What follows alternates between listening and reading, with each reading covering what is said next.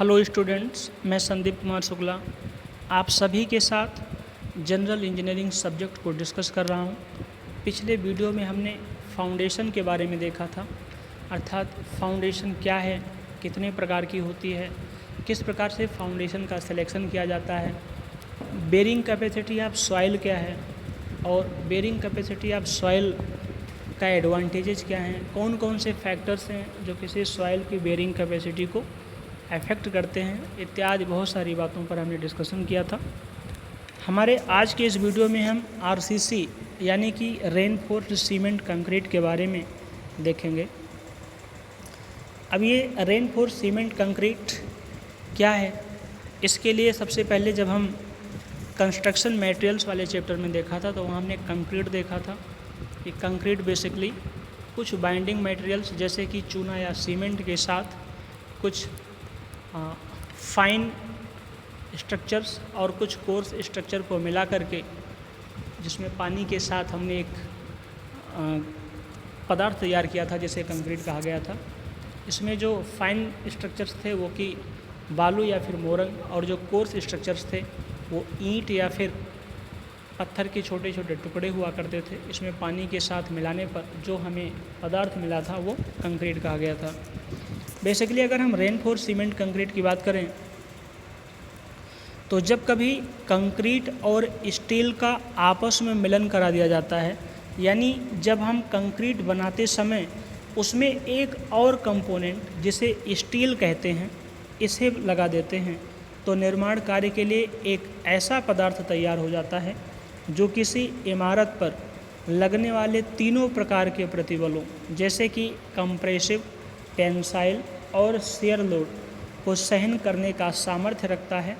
उसे ही reinforced cement कहा जाता है। ठीक है, रेनफोर्स्ड सीमेंट कहा जाता है। तो रेनफोर्स्ड सीमेंट में जो कंक्रीट है उसके साथ ही क्या करते हैं, स्टील यानी इस्पात को मिला देने से रेनफोर्स्ड सीमेंट कंक्रीट बन जाता है। ठीक है, क्योंकि इसमें अब तीनों प्रकार के बल जैसे कि कंप्रेसिव, टेंसाइल और शियर लोड को सहन करने की क्षमता आ जाती है और कंक्रीट की स्ट्रेंथ बढ़ जाती है।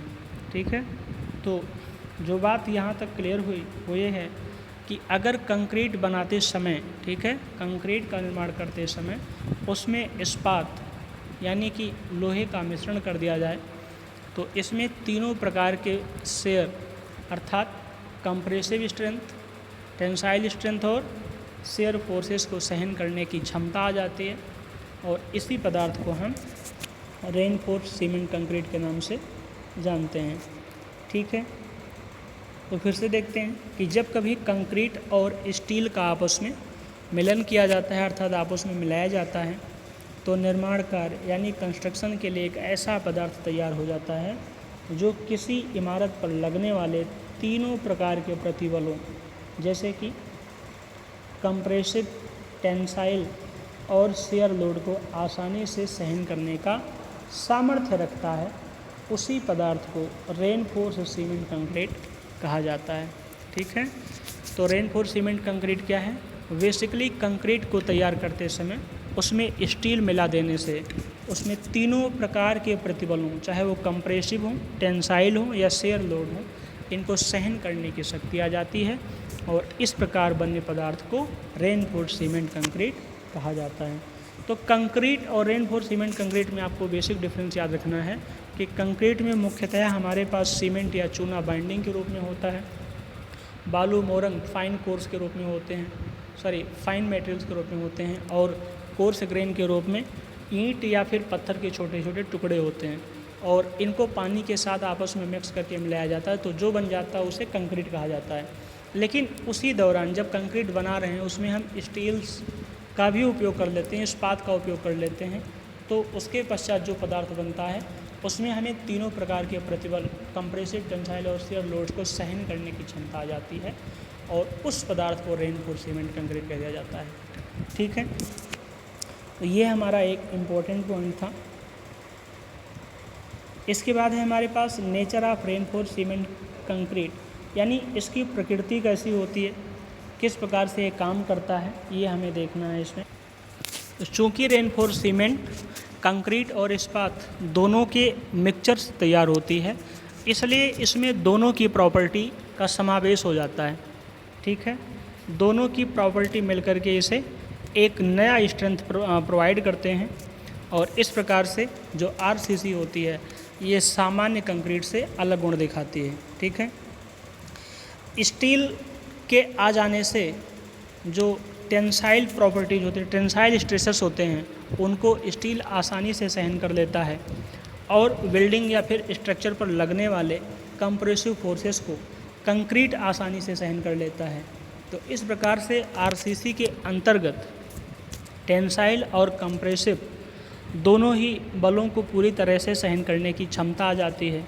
ठीक है, तो जो हमारा आरसीसी होता है ये पूरी तरह से टेंसाइल, कंप्रेसिव और शियर लोड को आसानी से सहन कर सकता है। उसके बाद है हमारे पास compatibility of concrete and steel, compatibility of concrete and steel, यानी कंक्रीट और स्टील की अनुकूलता, अर्थात किस प्रकार से ये दोनों एक दूसरे के साथ मिक्स हो जाते हैं और एक इम्प्रूव्ड प्रॉपर्टी प्रोवाइड करते हैं। ठीक है, तो चूँकि जो कंक्रीट होती है बेसिकली क्षारीय प्रकृति की होती है, यानी एल्कलाइन नेचर की होती है, जो कि स्टील को जंग लगने से बचाती है। ठीक है, और कंक्रीट के अंतर्गत ये जो क्षारीय गुण है ये कैल्शियम हाइड्रोक्साइड की अधिकता के कारण होता है। कंक्रीट में कैल्शियम हाइड्रोक्साइड की उपस्थिति होती है और इस कारण से कंक्रीट क्षारीय यानी एल्कलाइन नेचर का हो जाता है, जिससे स्टील में जंग नहीं लगता है। ठीक है, दूसरा, कंक्रीट और स्टील की पकड़ यानी ग्रिपिंग आसानी से बन जाती है। कंक्रीट और स्टील का जो कोफिशिएंट ऑफ थर्मल एक्सपेंशन है, यानी ताप प्रसार गुणांक, जो कि हीट होने के पश्चात उनके फैलने की दर को बताता है। ठीक है, ये लगभग समान होता है, इसलिए जब कभी इनका ऊष्मीय प्रसार होता है, यानी कंक्रीट का ऊष्मीय प्रसार होता है, तो दोनों समान गति से, समान दर से एक्सपेंड होते हैं, फैलते हैं और इस प्रकार से इनके चटकने का कोई भय नहीं रहता है। ठीक है, तो ये इनके कंपैटिबिलिटी हैं, अर्थात अनुकूलता हैं। पहली क्या है कि जो कंक्रीट है हमारी ये क्षारीय है और इसकी वजह से स्टील में जंग नहीं लगता है। दूसरा, कंक्रीट और स्टील के बीच जो ग्रिपिंग होती है, पकड़ होती है, ये आसानी से बन जाती है।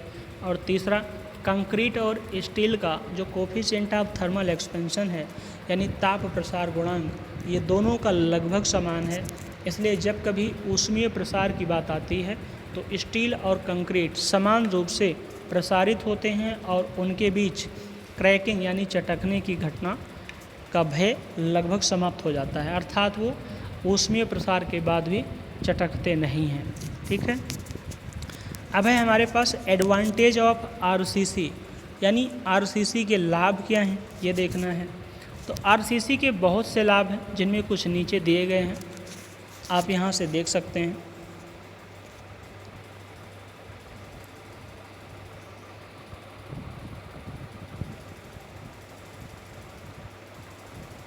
आरसीसी के एडवांटेज इसमें हाँ शायद बाद में होंगे, थोड़ा सा पहले हम इसके कंपोनेंट्स देख लेते हैं कि आरसीसी के कंपोनेंट्स कौन कौन से हैं।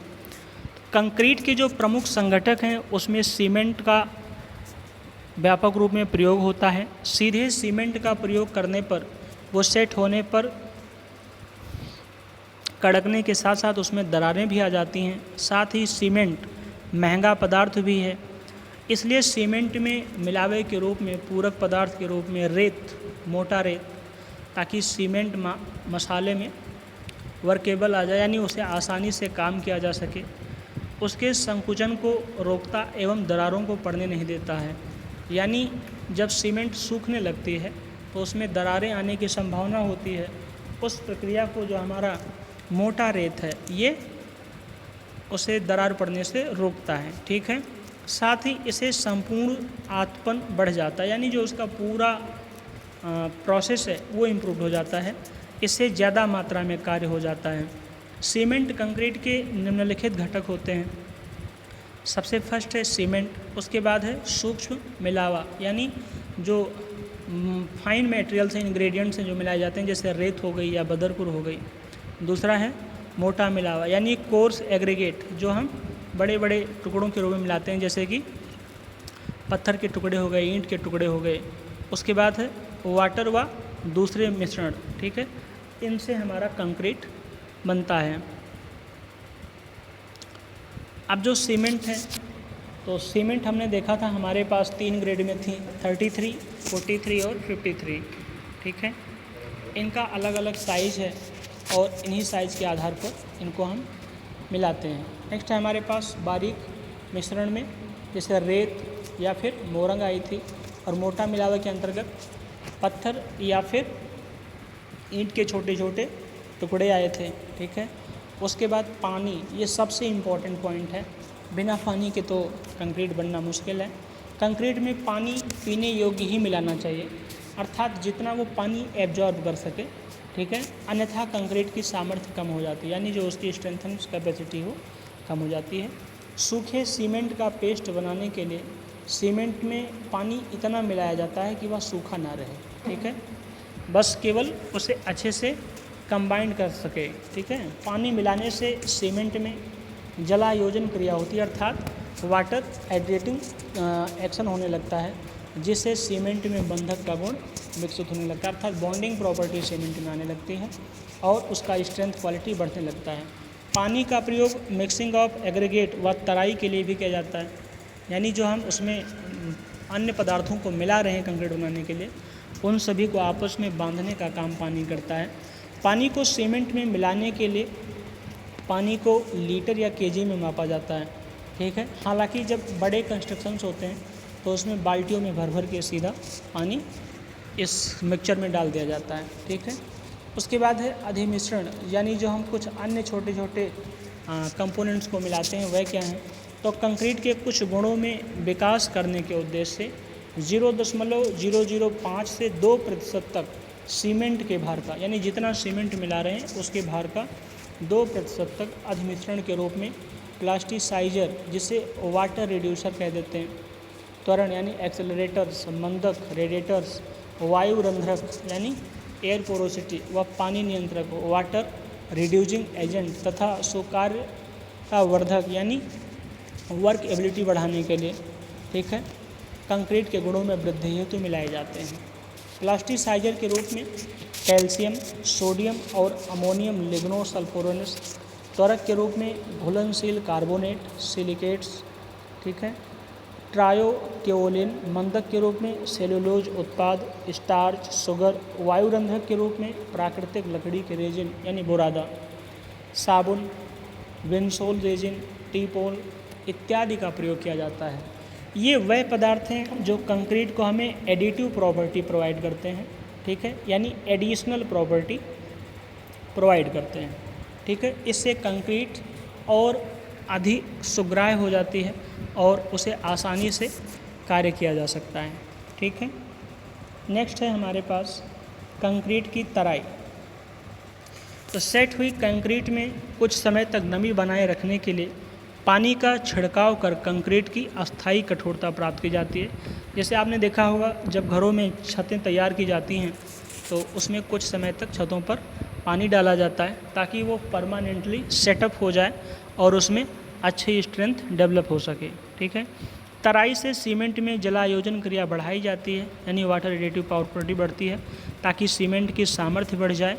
कंक्रीट कितने ही अच्छी ग्रेड की डाली गई हो पर पूरी गुणवत्ता भी बरकरार रखी गई हो, परंतु तराई ना होने की वजह से सामर्थ्यता कम रह जाती है, ठीक है। इसलिए तराई का बहुत ही महत्वपूर्ण योगदान है, क्योंकि तराई की वजह से ही इसमें स्ट्रेंथ प्रॉपर्टी बढ़ती है, ठीक है। तराई कंक्रीट के प्रसार, वायुमंडलीय दशा, तापमान, आर्द्रता, वर्षा व दिशा आदि पर निर्भर करती है। वर्षा होने पर तराई तुरंत सूख जाती है। तराई कंक्रीट के सेट यानी फिनिशिंग के बाद लगभग 12 से 14 घंटे बाद तराई करनी चाहिए और सर्दी के मौसम में 7 से 14 दिन तथा गर्मी में 14 से 21 दिन तक तराई की जानी चाहिए, ठीक है। सर्दियों में 7 से 14 दिन तक और गर्मियों में 14 से 21 दिन तक तराई का कार्य होना चाहिए। मानक तराई की बात करें तो वो 28 दिन तक मानी गई है, यानी जो स्टैंडर्ड तराई का टाइम है वो कितना है, 28 दिन तक। तो अगर आप चाहते हैं आपके घर में एक अच्छी मजबूती प्राप्त हो तो 28 दिन तक तराई करनी चाहिए। 29वें दिन तराई पर 90% सामर्थ्य प्राप्त कर ली जाती है। यानी अगर आपने 28 दिन तक आपने तराई की तो 29वें दिन लगभग 90% सामर्थ्य इस कंक्रीट को मिल जाती है। ठीक है।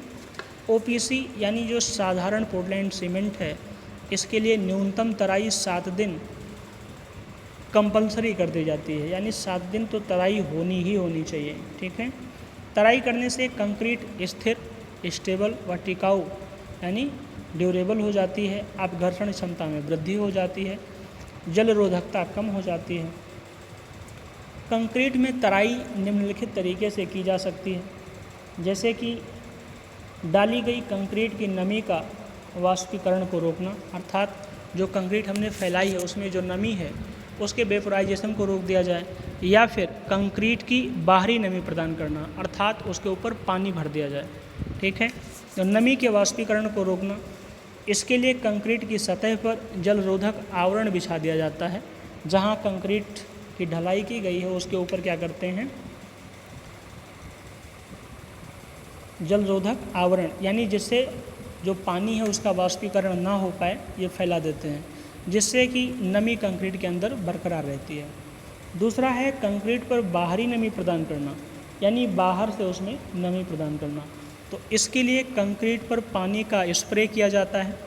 मौसम आदि के आधार पर पानी का स्प्रे कर सकते हैं। और इस विधि में कितने समय तक कंक्रीट की तराई की जाए, इसके लिए कई सारे प्रोसेस इस्तेमाल किए जा सकते हैं। ठीक है। अब इसमें पहला है कंक्रीट कार्य को ढककर, यानी जहाँ कार्य हुआ है उसको पहले हम किसी ऐसे पदार्थ से, जैसे कि सन के बोरे हों इत्यादि से ढक दें या तिरपाल से ढक दें, उसके बाद तराई करें। दूसरा है कंक्रीट की सतह पर टाट बोरे डालना, जो भी मैंने कहा आपसे। ठीक है। उसके अलावा पानी को छिड़क कर दीवारों आदि पर पानी का स्प्रे कर कंक्रीट आदि की सतहों पर तराई की जाती है। ठीक है। कंक्रीट की सतह पर पानी भरना, यानी जब छत या स्लैब इत्यादि बनाए जाते हैं तो वहाँ पर जो सैंड की है उसे क्यारियाँ बना दी जाती हैं और उसमें पानी भर देते हैं, ताकि पानी लंबे समय तक क्यारियों में रुका रहे और तराई का उद्देश्य पूरा हो सके। ठीक है। ये कुछ तरीके हैं जिसके द्वारा हम कंक्रीट की तराई करते हैं। ठीक है। ये जो डायग्राम देख रहे हैं, ये पानी भर करके तराई का कार्य किया जा रहा है इस पूरे स्लैब एरिया पर। ठीक है।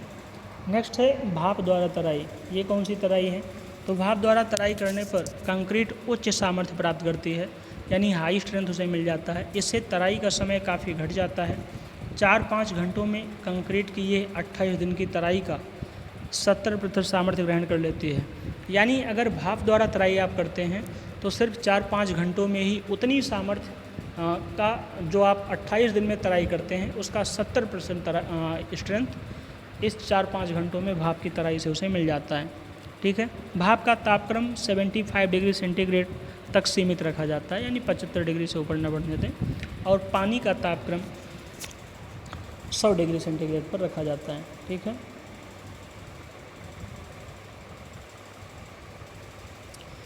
अब है एडवांटेजेस ऑफ आरसीसी, यानी इसके लाभ क्या हैं ये देख लेते हैं। तो आरसीसी से बनी संरचना कंस्ट्रक्शन ज़्यादा दिनों तक चलती है, यानी ड्यूरेबल है। कंक्रीट के कारण इसकी कंप्रेसिव स्ट्रेंथ बहुत ज़्यादा होती है।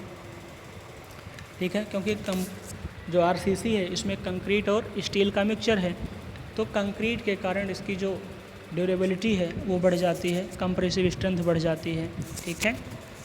नेक्स्ट है हमारे पास स्टील के कारण इसकी टेंसाइल स्ट्रेंथ अच्छी हो जाती है। किसकी, आरसीसी की। यह आग, फायर और अन्य विकारों यानी अदर डैमेजेस का प्रतिरोधी होता है, यानी इसमें आग इत्यादि लगने की संभावना कम होती है। ठीक है। नेक्स्ट है ये हर जगह आसानी से उपलब्ध होता है और किसी भी आकार में ढाला जा सकता है। ठीक है। यानी आरसीसी के द्वारा किसी भी आकार के स्ट्रक्चर को ढाला जा सकता है। इसकी रिपेयरिंग कॉस्ट यानी मरम्मत कीमत लगभग शून्य होती है, अर्थात बहुत कम होती है। ठीक है, नेक्स्ट है हमारे पास introduction to various elements of a building structure, यानी किसी इमारती संरचना के विभिन्न अवयव कौन कौन से हैं, अर्थात इमारत के विभिन्न भागों को किस नाम से जाना जाता है, बेसिकली हम ये देखना चाहते हैं। तो इसमें कई सारे पार्ट्स होते हैं किसी इमारत में, जैसे कि रूफ यानी कि छत एक अलग हिस्सा है, उसके बाद है, ठीक है, पैरापेट जिसे मुंडेर कहते हैं, फिर है लिंटल्स, इसे हिंदी में साह कहते हैं, बीम्स ये धरन होती है, आपने देखा होगा बिल्डिंग्स में बीम्स बनी होती हैं। ठीक है, फिर है कॉलम्स, दीवालों में जो खंभे देखते होंगे आप, ठीक है, बीच बीच में जो इस कंक्रीट के खंभे ढाले जाते हैं उन्हें कॉलम्स कहते हैं।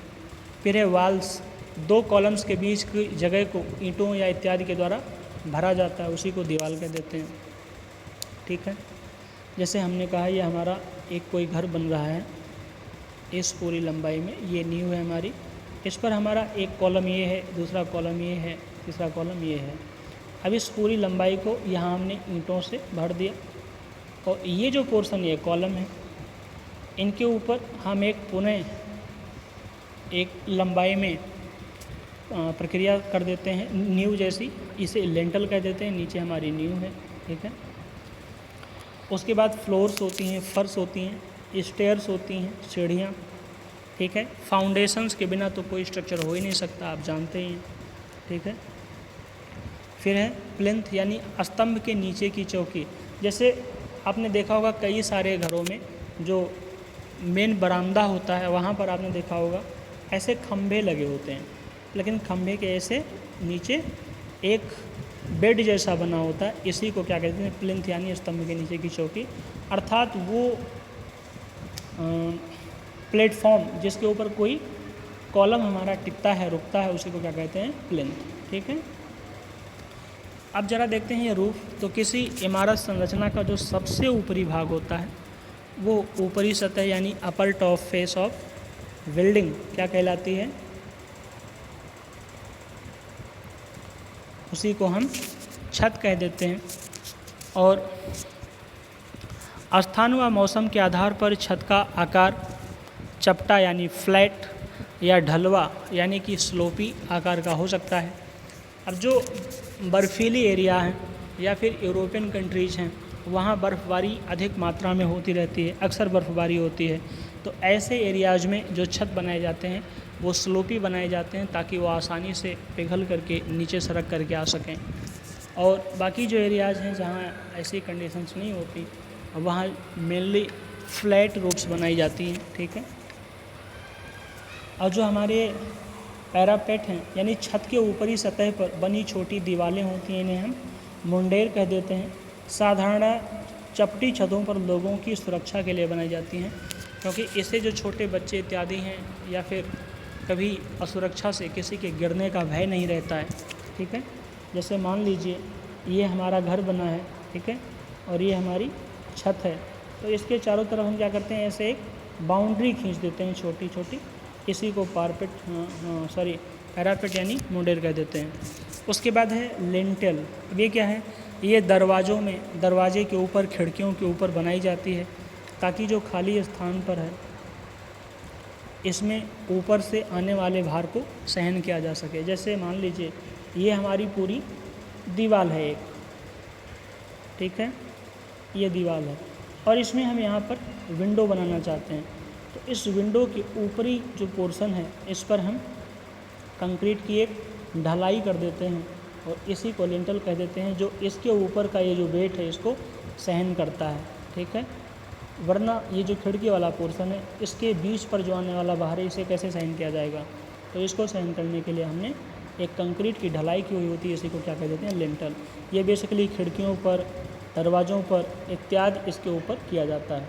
ठीक है, नेक्स्ट है हमारे पास बीम एंड स्लैब। इमारत की संरचना के ये क्षैतिज अवयव यानी हॉरिजॉन्टल एलिमेंट्स होते हैं। बीम बेसिकली हॉरिजॉन्टल एक्शन में काम करती है और स्लैब का निर्माण आरसीसी द्वारा किया जाता है।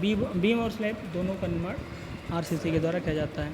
फिर कॉलम्स की बात करें तो ये इमारती संरचना में ऊर्ध्वाधर एलिमेंट्स होते हैं।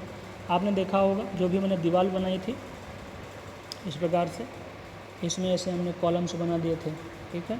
तो ध्यान रखें ये इमारत में वर्टिकल स्ट्रक्चर होते हैं जो कॉलम्स होते हैं, और जो बीम्स होती हैं दो दीवारों के बीच में ये हॉरिजॉन्टल स्ट्रक्चर्स होते हैं। तो किसी इमारती संरचना में यानी बिल्डिंग कंस्ट्रक्शन में जो बीम होती हैं ये हॉरिजॉन्टल होते हैं और जो कॉलम्स होती हैं वर्टिकल स्ट्रक्चर्स होती हैं, ठीक है। नेक्स्ट है हमारे पास वाल यानी दीवार।